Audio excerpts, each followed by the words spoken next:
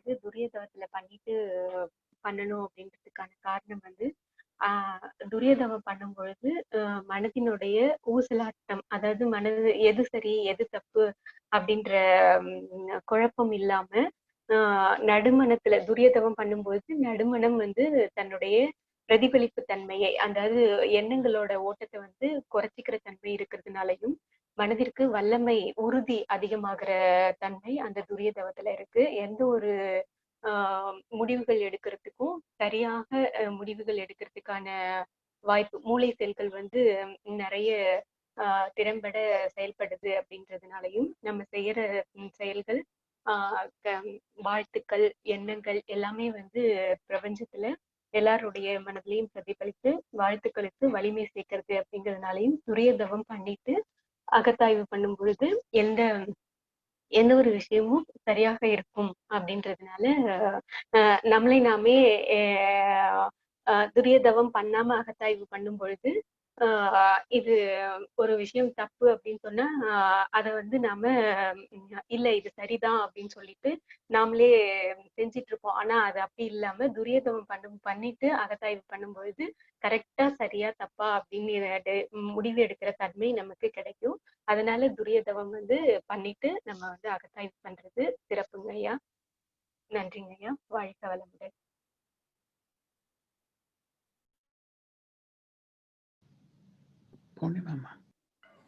ஐயா வாழ்க வளமுடன். நாம் துரிய தவம் செய்துவிட்டு அகத்தாய்வு பயிற்சிகள், சங்கல்பம், வாழ்த்து இவை மேற்கொள்ள வேண்டும்.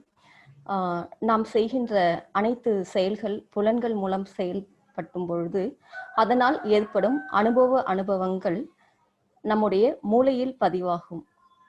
அப்போ மூளையில் நுண்ணிய இயக்கமாக பதிவடைவதால் நம் மூளையில் பிரதிபலிக்கும் எண்ணங்களும் நுண்ணிய இயக்கத்தின் காரணமாக அனைத்து உயிர்களின் மூளைகளிலும் பதிவாகும் என்பது மகதீஷியின் கருத்துங்க ஐயா. நம்முடைய பதிவுகளே செயலுக்கு காரணமாக மாறுகிறது, அதுவே எண்ணத்திற்கு காரணமாகவும் அமைகிறது. நம் பதிவுகளை போக்கிக் கொள்வதற்கு துரியத்தில் ஆழ்ந்து தவம் செய்யும் பொழுது நம்முடைய மூளை செல்கள் அனைத்தும், அணு அடுக்குகள் சீர்குலைந்த மூளை செல்கள் அனைத்தும் சீரமைக்கப்படுகின்றது. எனவே நம்முடைய எண்ணத்திலும் சொல்லிலும் செயலிலும் திருத்தங்கள் அமைவதற்கு வாய்ப்பாக அமைந்து விடுகிறது. மூளை செல்கள் நடுமணத்தில் நின்று ஆற்றப்படும் பொழுது நம்முடைய மனமானது நடுமணம் என்ற நிலைக்கு வருகிறது. அப்பொழுது பிரதிபலிப்பு இயக்கம் குறைவதால் மீண்டும் மீண்டும் தவறுகள் செய்வது குறையப்படுகின்றது. அதனால் நம்முடைய பிராரப்த கர்மம் நீக்கப்படுகிறது. அதே போல் ஆகாமிய கர்மமும் இங்கு செயலுக்கு வராமல் தடுக்கப்படுகிறது.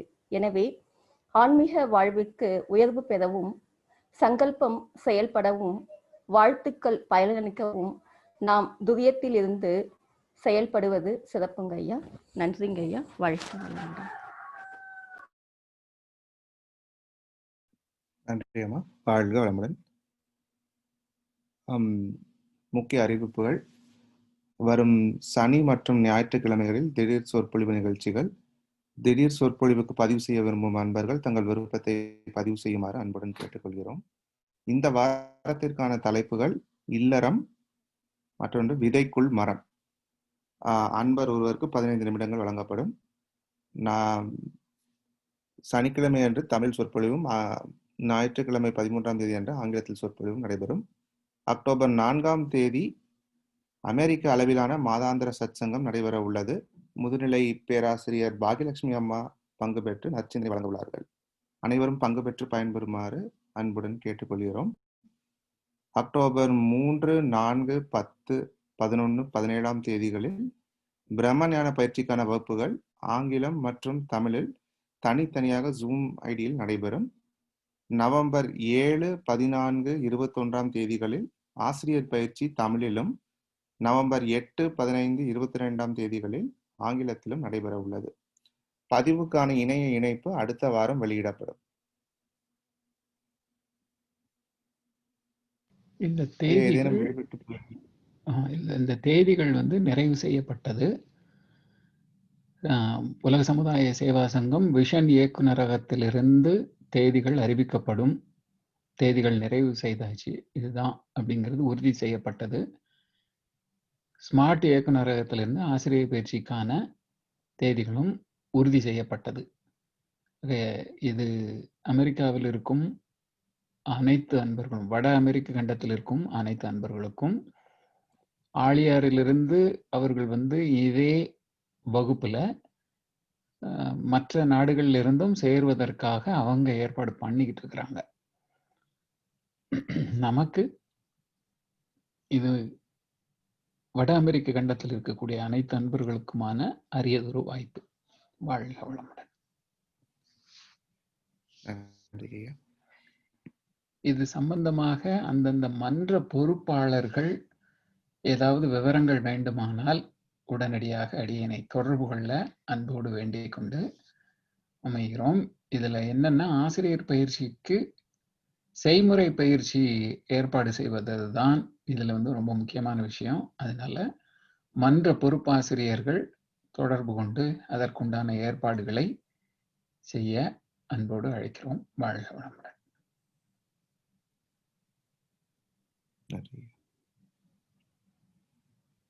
நிகழ்வின் நிறைவாக வேதாத்திரிய பாடல் பாட கிழமை காயகல்ப வகுப்பு இருக்குது.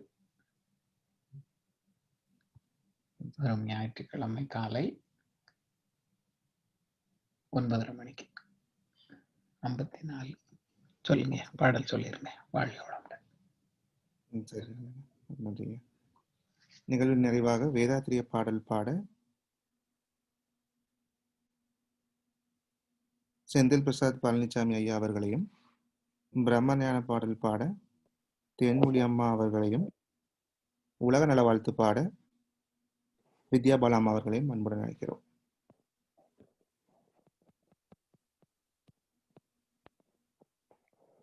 வாழ்க வளமுடன். வேதாத்திரிய பாடல்.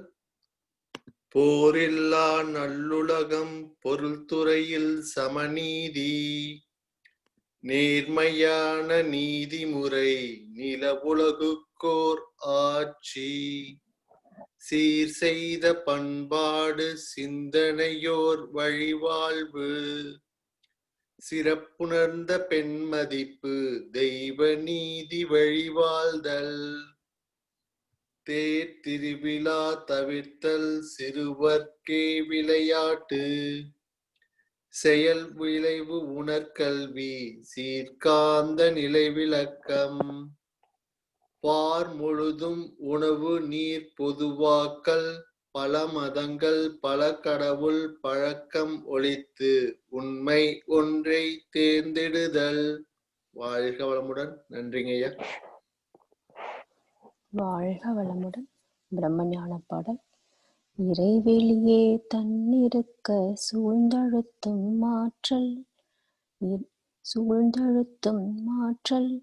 இதன் திணிவு மடிப்பு விழ சுழலும் நுண்விண்ணாம், நிறைவில் சுழல நெருக்குகின்ற உரசல், நிலைவெளியில் எழுப்புகின்ற நேரலைகள் காந்தமாம், மறைபொருளாம் காந்தம் தன் மாத்திரைகள் ஐவகை, மலைக்காதீர் விண்கூட்டம் மாபூதம் ஐந்துமாம், முறையாய காந்த அலை மனமாம் உயிர் உடல்களில் மதி உயர்ந்து உண்மை பெற மா பிரம்ம ஞானமாம், மதி உயர்ந்து உண்மை பெற மா பிரம்ம ஞானமாம். வாழ்க வளமுடன். வாழ்க வளமுடன். இன்றைக்கு துரியாதீத தவத்திற்காக நம்ம ஐயா தியாகையர் இருக்காரு. அவர் துரியாதீத பாடல் இறைவெளியோடு எண்ணத்தை கலக்க விட்டு அந்த பாடல் பாடி அதுக்கப்புறம் உலக நல வாழ்த்து பாடுவோம். வாழ்க வளமுடன் ஐயா. வாழ்க வையகம், வாழ்க வையகம், வாழ்க வளமுடன். இறைநிலையோடு எண்ணத்தை கலக்க விட்டு ஏற்படும் ஓர் அமைதியிலே மனம் விழிப்பாய் நிற்க நிறை நிலையே தானாக உணர்வதாகும். நித்த நித்தம் உடலில் உயிரியங்கு மட்டும் உறைந்து உறைந்து இந்நிலையில் பழகிக் கொள்ள உலக இன்பங்களிலே அளவு கிட்டும். கரை நீங்கி அறிவு மெய்ப்பொருளாய் நிற்கும். கரைந்து போம் தன்முனைப்பு காணும் தெய்வம். வாழ்க வளமுடன். குருவே துணை.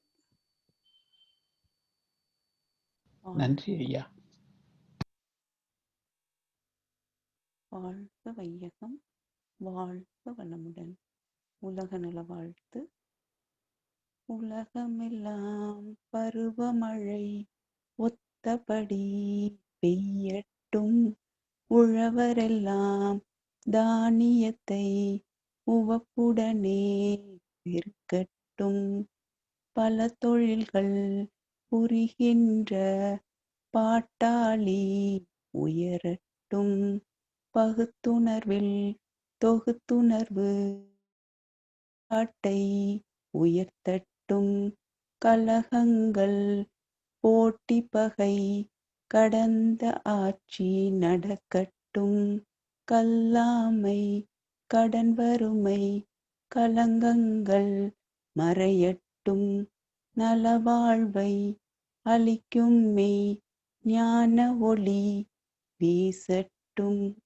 நம் கடமை அறவாழ்வின் நாட்டத்தே சிறக்கட்டும். நம் கடமை அறவாழ்வின் நாட்டத்தே சிறக்கட்டும். நம் கடமை அறவாழ்வின் நாட்டத்தே சிறக்கட்டும். வாழ்க வையகம், வாழ்க வையகம், வாழ்க வளமுடன். அமைதி, அமைதி, அமைதி.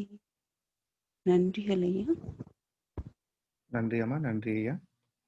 இன்றைய தவத்தில் கலந்து கொண்ட அன்பர்கள், தவத்தை வழிநடத்தி தந்த நற்சிந்தனை வழங்கிய ஞானாசிரியர்கள் மற்றும் பாடல்கள் பாடிய அன்பர்கள், நிகழ்வை ஒருங்கிணைத்தவர் அனைவரும் வாழ்க வளமுடன். அவர் தம் அன்பு குடும்பம் உடல் நலம், மனவளம், பொருள் வளம், அருட்தொண்டு, ஆன்மீக தொண்டு வாழ்க வளமுடன், வாழ்க வளமுடன், வாழ்க வளமுடன். இந்நிகழ்வை தொடர்ந்து ஆங்கிலத்தில் தவம் அனைவரும் பங்கு பெற்று பயன்பெறுமாறு அன்புடன் கேட்டுக்கொள்கிறோம். வாழ்க வளமுடன், வாழ்க வளமுடன், வாழ்க வளமுடன்.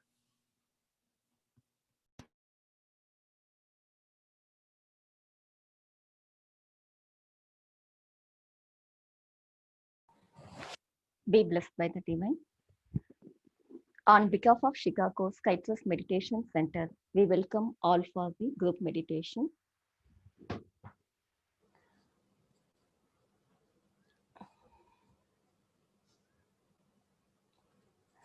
Adulnivi Sky KAT Tyagarajan Ayya, can you? Today's thought for the day, the fundamental question of what is simplified Kundalini Yoga. The word yoga refers to oneness with the divinity. As human beings, we have 6 senses. With the help of the 6th sense, only the human beings have the ability to raise, to get awakened, to raise the life force within to its highest possibilities. The life force here is referred by many names: the Kundalini Shakti or Kundalini energy, the divine energy and its extensions can be called the biomagnetic energy, the energy that we spend in, or the fuel that we spend in through our sensory organs.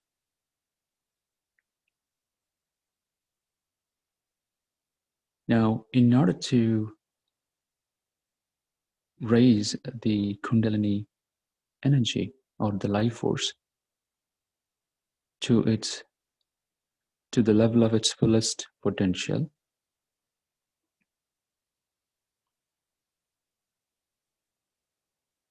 it isn't easy when it cannot happen in most of the cases on its own. It is needed a proper guidance and methods to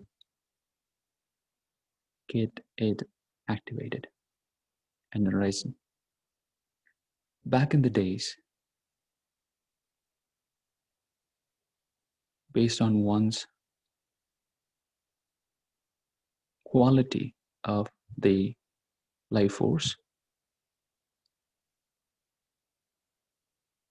human beings used to be guided by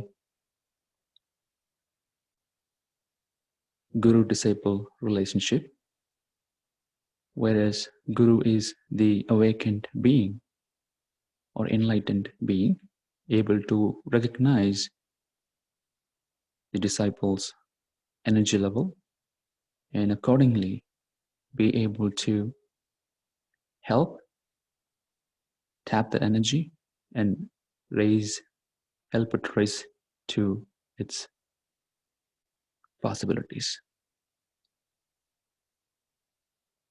Back in the days, the methods were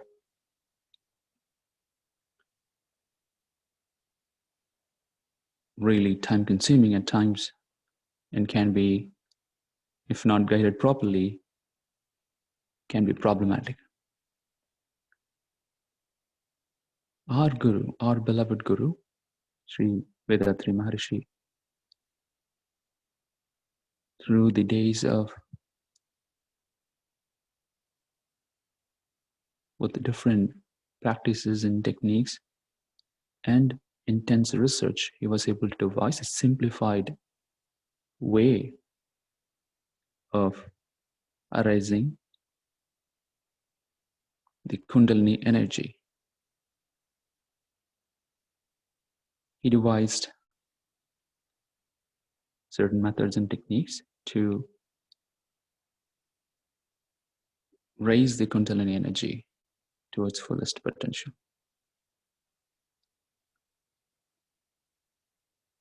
And there are 9 different meditation techniques taught once the Kundalini energy is arisen. And these were devised by our beloved Guru.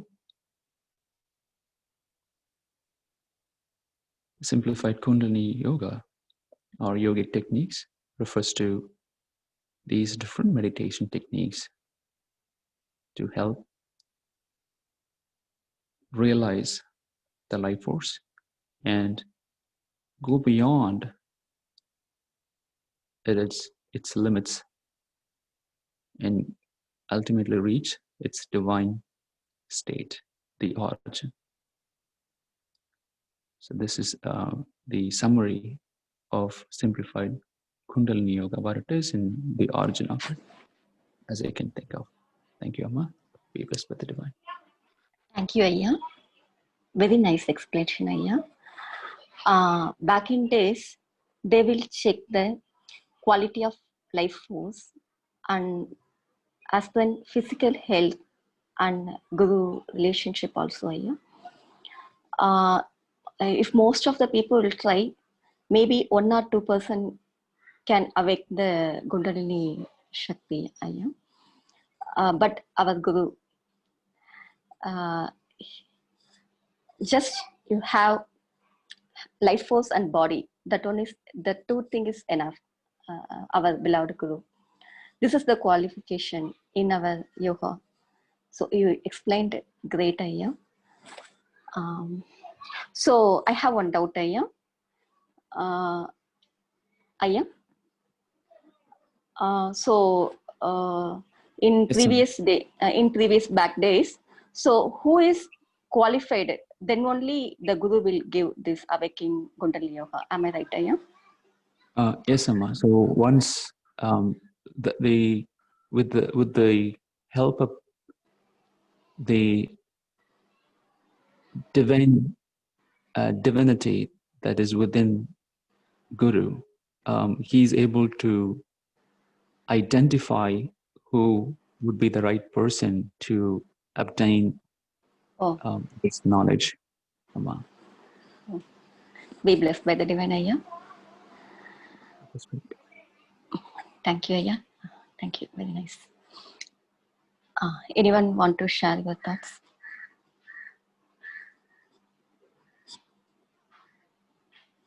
So we are very blessed, Ayya. No one give any exams or any testing will not happen still now, Ayya. Shanti Amma, please. Yes, Amma. Be blessed by the divine, Amma. I have one doubt. That is, what is the difference between Dvada Sangam and Dvada Santam? Anyone? Nice, Amma.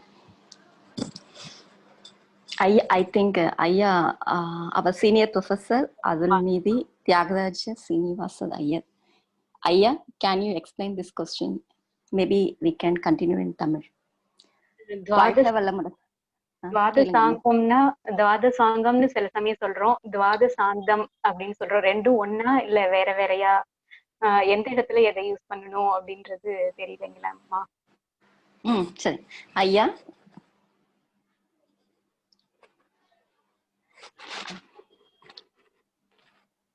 Arulnithi பேராசிரியர் தியாகராஜன் ஐயா அவர்களை அன்புடன் அழைக்கின்றோம். வாழ்க வளமுடன்.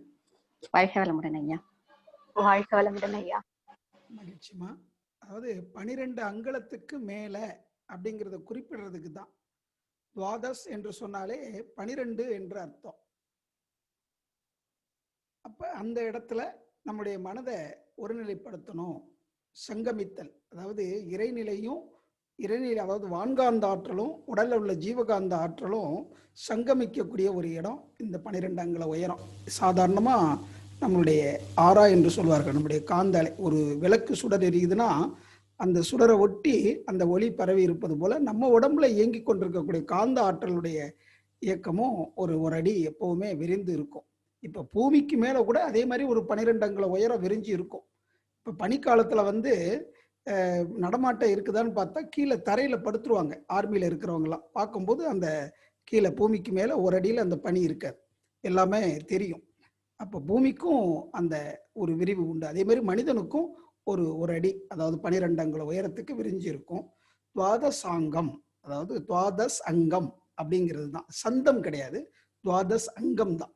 அதாவது சங்கமிக்கக்கூடிய அந்த இடம், வான்காந்த ஆற்றலும் இந்த ஜீவகாந்த ஆற்றலும் அந்த சங்கமிக்கிற இடம் அப்படிங்கிறது என்னுடைய புரிதல். நன்றிங்கம்மா. வாழ்க வளமுடன். ஐயா வாழ்க வளமுடன் ஐயா. எனக்கு ஒரு சந்தேகம் ஐயா. இப்போ மனிதன், பூமி இல்ல மனிதர்கள்லே அந்த பது உடல் அமைப்பு வித்தியாசமா இருக்கும் இல்லைங்க ஐயா? ஒருத்தவங்க பது உடல் அதிகமாகவும் இருக்கும், மெலிந்தும் இருக்கும். அப்போ எல்லாருக்குமே அந்த சரியான 12 அங்குலம் தான் இருக்குமா, இல்ல பது உடலுக்கும் அந்த காந்த அலைக்கும் சம்பந்தம் இருக்கா இல்லைங்களா ஐயா?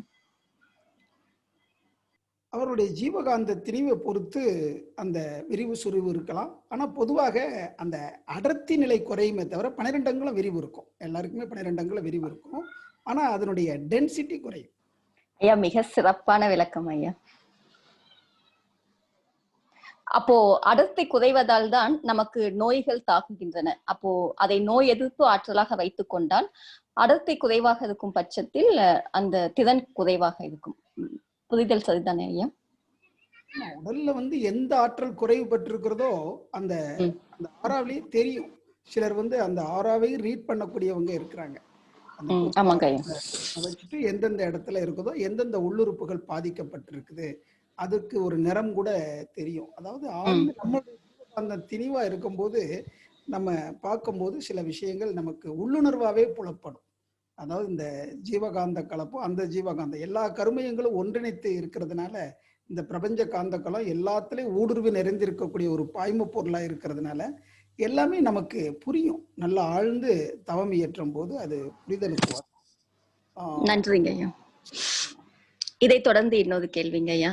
இப்போ பூமியின் காந்த களம், இப்போ நம்ம வீடு கட்டுறோம் இல்ல வீடு வாங்குறாங்க, அப்போ மேல் மாடியில இருப்பவர்களுக்கு அந்த காந்த களம் கிடைக்குமா, இல்ல கீழ் மாடியில் அது அது எப்படி வேண்டுமானாலும் இருக்கலாமா ஐயா, இல்ல கீழே இருந்தா சிறப்பா? நமது உடலும் மண் தானே. சரிங்க. அது நீங்க எத்தனை ஆயிரம் அடி உயரத்துல இருந்தாலும் இருக்கும். இந்த உடல் இந்த பூமியின் காந்த பூமியோட மையத்தோட நம்மளுடைய கருமையம் தொடர்பு இருக்கிறதுனால நீங்க எத்தனை அடி உயரத்துல இருந்தாலும் அந்த ஆற்றல் நிலையை உணர முடியுமா? நன்றிங்க ஐயா. வாழ்க வளமுடன் ஐயா.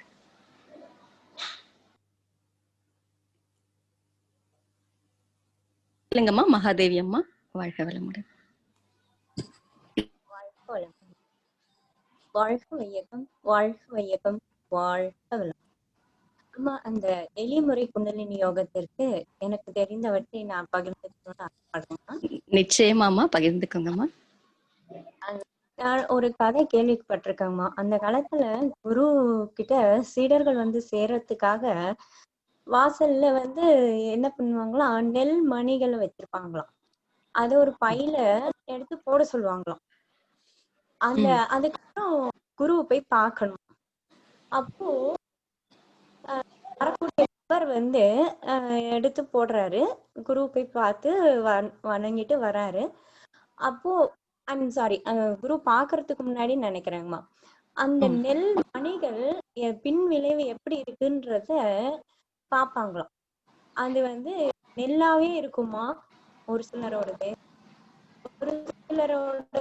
அழுவி போயிடும், ஒரு சிலரோடது சாதமா மலர்ந்து இருக்குமா, ஒரு சிலரோடது விதையெல்லாம்.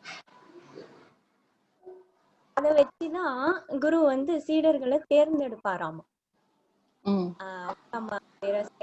சொல்லுவாங்க. அந்த மாதிரி நல்ல வேளை நம்ம குரு நம்ம கிட்ட நெல்லாம் கொடுக்கல அப்படின்னு சொல்லி நம்ம எல்லாரையும் விதை நெல்லா ஆக்கணும்ன்ற ஒரு அவருடைய அருட்தொண்டு நமக்கு எல்லாம் கிடைக்குமா. அது வகையில எளிய முறை குண்டலினி யோகம் எதனால் அப்படின்றதுக்காக சொல்லப்பட்டதுங்கம்மா. நன்றிங்கம்மா. நிச்சயமாமாம்மா. நமக்கு மனிதனுக்கு உடலும் உயிரும் இருந்தால் போதும், அப்படி அது மட்டும்தாம்மா நமக்கு இங்கு தகுதியாக வைக்கப்பட்டுள்ளது. வார்த்தைகள் இல்லை அம்மா, வேதியாதாக. அருமை அருமை. அது முக்கியமான சிம்பிளிஃபைட் குண்டலினி யோகா. அதை முக்கியமான விஷயம் என்று சொல்லலாம். மற்ற யோக பயிற்சிகளுக்கும் எளிய முறை குண்டலினி யோகத்திற்கும் கடந்த காலத்திலே பயிற்றுவிக்கப்பட்ட முறைகளுக்கும் இப்பொழுது பயிற்றுவிக்கப்படுகின்ற நமது எளிய முறை குண்டலினி யோகத்தில் விடப்படுகின்ற இந்த முறைக்கும் உள்ள ஒரு முக்கியமான காரணம் என்று கூட சொல்லலாம். நீங்க சொன்ன மாதிரி உடலும் உயிரும் இருந்தால் போதும். இயல்பாக அதுவும் தொட்டுக்காட்டி, புதுவத்திடை பூவிதழால் தொட்டுக்காட்டி, மிக எளிமை. ஆமாம்மா. வாழ்க வளமுடன். அன்பர்கள் வித்யா Balamma, can share your thoughts amma. Be blessed by the divine. Be blessed by the divine amma. I have a question for our Tyagarajan Ayya. Can I ask amma? Yes amma, please. Yeah, I'll say it in Tamil amma. Yes amma. ஐயா, நம்ம இப்ப வாழ்த்து சொல்றப்ப நம்மளுக்கு உயிர் கலப்பு ஏற்படுதுன்னு நமக்கு தெரியுது இல்லைங்க ஐயா. இப்ப நம்ம இந்த நோய்வாய்ப்பட்டவங்க, நம்மளுக்கு ரொம்ப நெருங்கிய உறவுகள் அல்லது நண்பர்கள், அவர்களுக்கு எல்லாம் அந்த நோய்வாய்ப்பட்டு இருக்கிறவங்களுக்கு வாழ்த்து சொல்றப்ப அதாவது ரொம்ப க்ளோஸா இருக்கிறவங்களுக்கு வெரி ஆஃபன் அவங்கள நினைச்சு வாழ்த்து சொல்லிக்கிட்டே இருக்கிறோம். அப்ப அந்த மாதிரி சொல்ற இது நிலையில அந்த நோய் தாக்கம் வந்து நமக்கு ஏதாவது பாதிப்பு வருமா அப்படிங்கிறது என்னோட கேள்விங்க ஐயா. அதுக்கு விளக்கம் கொடுக்குறீங்களாங்க ஐயா? வாழ்க வளமுடன். நிச்சயமாக வராது. வாழ்த்துங்க, நல்லா வாழ்த்துங்க. வாழ்த்தினுடைய அலை வந்து நுட்பமான அலை இயக்கம். திணிவு பெற்ற அந்த காந்த அலை மோதும் போது அவங்ககிட்ட இருக்கக்கூடிய நல்ல ஆற்றல்களை தான் எடுத்துக்கொண்டு அந்த அலை இயக்கம் திரும்ப வருமே தவிர அது பாதிப்பை ஏற்படுத்தாது. பொதுவாக வந்து மனம் பாதிப்படையும் போது தான் நோய் என்பதே வருகிறது. மனம்ங்கிறதே அந்த ஜீவகாந்த அலை தான். பொதுவாக எண்ணத்துல தான் நோயே இருக்குது, மனசுல தான் இருக்குது. ஒருவர் எந்த எண்ணத்தை வச்சிருக்காரோ அதுக்கு தகுந்தாப்புல ஈர்ப்பை உண்டு பண்ணி அந்த உடல் இயக்கம் பாதிக்குது. இப்ப எந்த ஒன்றை நினைத்தால் அதுவாகவே மாறக்கூடிய தன்மை மனதுக்கு இருக்கிறதுனால இப்ப நோயினுடைய அறிகுறியாக சொல்லும் போது அதை நினைச்சுக்கிட்டே இருக்கும்போது தனக்கும் அந்த நோயோட அறிகுறி இருக்கிறது மாதிரி சிலர் இருமுனா ஒருவேளை இருக்குமோ, தும்முனா அது மாதிரி இருக்குமோ. அதாவது சொஸ்தன்தான் அடக்கிடானே அப்படின்னு சொல்றதுல ஒரு 14 கழிவுகள்ல இந்த இருமல், தும்மல், கொட்டாவி, மழை, ஜலம், ஏப்பல் இது எல்லாமே வரும். அப்ப இதெல்லாம் வந்து அது ஒரு கழிவுகள்.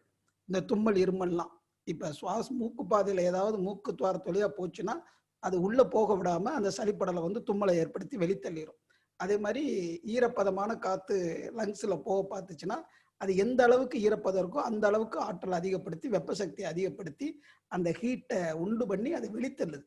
இதெல்லாம் வந்து நல்ல சிம்டம்ஸ் தான். அதை தற்காத்து கொள்வதற்கு இயற்கை எடுக்கக்கூடிய முரண்பாடு. அதாவது அந்த உதவி செய்யுது இந்த உடம்பு. இதெல்லாம் நோயினுடைய அறிகுறியாக இன்னைக்கு எடுத்துக்கிட்டு சொல்லிட்டு இருக்கிறாங்க. அது பாதிப்படையும் போது இதெல்லாம் வரத்தான் செய்யும். ஆனா சாதாரணமா இருந்தா கூட அது நோயாளின்ற மாதிரி இன்னைக்கு பயந்து போகக்கூடிய அளவுல இன்னைக்கு மனம் வந்து ஒரு பாதிப்படைஞ்சிருச்சு. இப்ப எல்லாம் சர்வே பண்ணி சொல்றாங்க மன அழுத்தத்துல 80% பேருக்கு மேல இருக்கிறாங்க அப்படின்னு. அப்ப காரணம் என்னன்னு கேட்டா எந்த ஒன்றை வந்து திரும்ப திரும்ப ஒரு மனித மனம் நினைக்குதோ அதுவாகவே மாற்றம் அடையும். அதனால வாழ்த்து வந்து ஒரு சிறப்பு.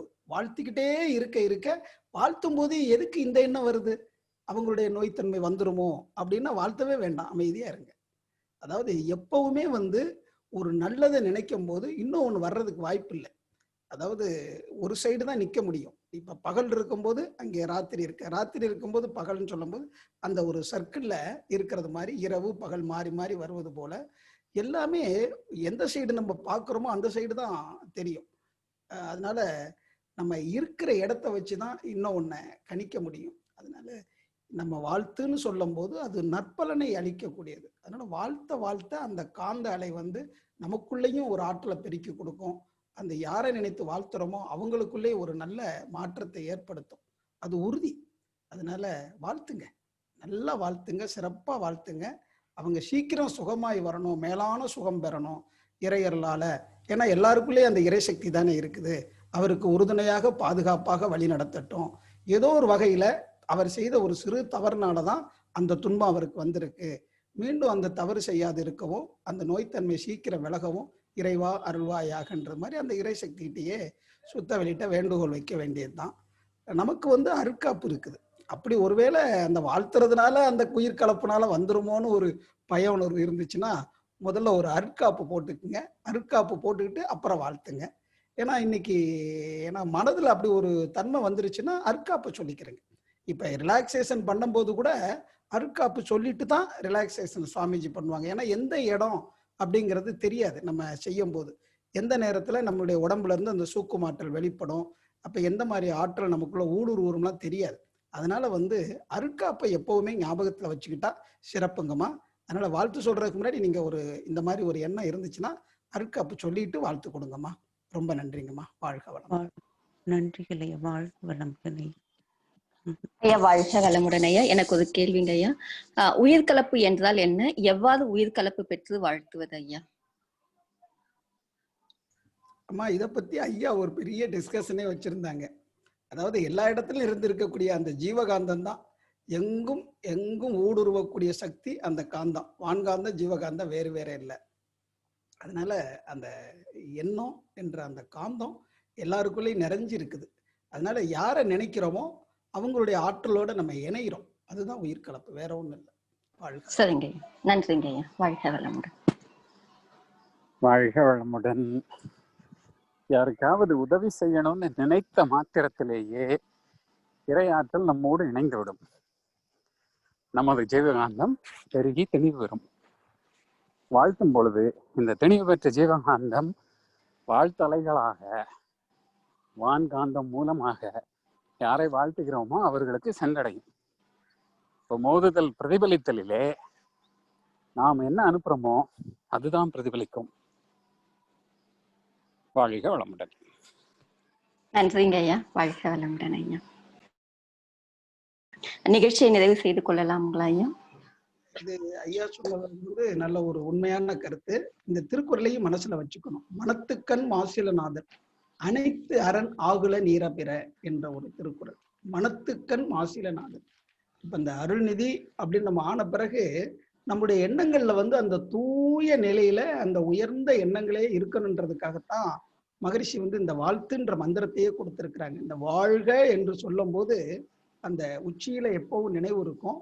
அதோட அந்த உயர்ந்த சிந்தனைகள் தான் நமக்குள்ள மேலோங்கி இருக்கும். அதனால அந்த மேலான அந்த உயர் சிந்தனைகளோட இறை உணர்வோட உயிர் உணர்வோட இருக்கும்போது எல்லாமே நன்மைதான் தரும். மிக்க மகிழ்ச்சிங்கய்யா. நன்றிங்கய்யா. வாழ்க வளமுடன். நன்றிங்க ஐயா. சொல்லுங்க. நம்ம அவங்களுக்கு வாழ்த்து சொல்றப்ப அவங்களுக்கு மேல இருக்கிற அந்த அந்த உணர்வு பூர்வமான அந்த ஒரு உறவுனால நமக்கு ஒரு ஒரு மாதிரி எப்படி சொல்றது, ரொம்ப அவங்களுக்காக உருகிடுறோம். அந்த மாதிரி ஒரு மனநிலையில வாழ்த்து சொல்றோம். அதனால அந்த ஒரு கேள்வி வந்ததுங்க ஐயா. நம்ம வாழ்த்துனால உருக்கத்தோட தாமா வேண்டணும். அந்த உருக்கம்ங்கிறது அன்பின் பெருக்கமா இருக்கணும். அதாவது உருக்கம்ங்கிறது அந்த அன்பினுடைய வெளிப்பாடு. அந்த கண்ணீர் மல்க வேண்டுதல் அப்படின்றது உண்டு. அப்ப அதனால அந்த உயிர் இரக்கத்தோட நம்ம வாழ்த்தும் போது சீக்கிரமும் நல் பலனை கொடுக்கும். அது நம்மளுடைய அன்பினுடைய வெளிப்பாடு. அன்பிற்கும் உண்டோ அடைக்கும் தால் ஆர்வலர் புன்கணீர் பூசல் தரும்பாங்க. அப்ப அவங்க நல்லா இருக்கணும்னு சொல்லும் போது அன்பினுடைய பெருக்கு தான். அதனால அது வேற வகையில் எடுத்துக்க முடியாது. நீங்க கேட்ட கேள்வி மிகச் சரிதான். உங்களுடைய உணர்வு நிலையும் மிக்க சரிதாங்கம்மா. மிக்க மகிழ்ச்சிங்கம்மா. நன்றிங்கம்மா. வாழ்க வளமுடன். வாழ்க வளமுடன் ஐயா. வாழ்க வளமுடன். அன்பே சிவம், அன்பே சிவம், அன்பே சிவம். வாழ்க வளமுடன் வித்யாபாலா அம்மா. உங்கள் கேள்வி அனைவருக்கும் பலனளிக்கும் அம்மா. இன்று ஐயாவும் இணைந்துள்ளார்கள். கேள்வி கேட்பது சிறப்பு அம்மா, தவறு என்பது இல்லை அம்மா. வாழ்க வளமுடன் அம்மா. நன்றி, நன்றி அம்மா. அருள்நிதி மகாதேவி பாலச்சந்தர் அம்மா, can you please Singh blessing for the world?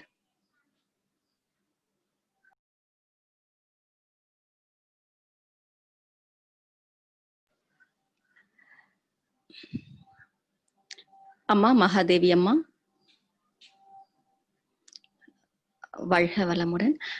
Arulnithi Anitha Chandrasekhar அம்மா, can you please Singh blessing for the world? I'm here, Amma. Yeah, I'm here. Okay. Blessings for the world. May rain pour on all parts of the world timely and sufficiently.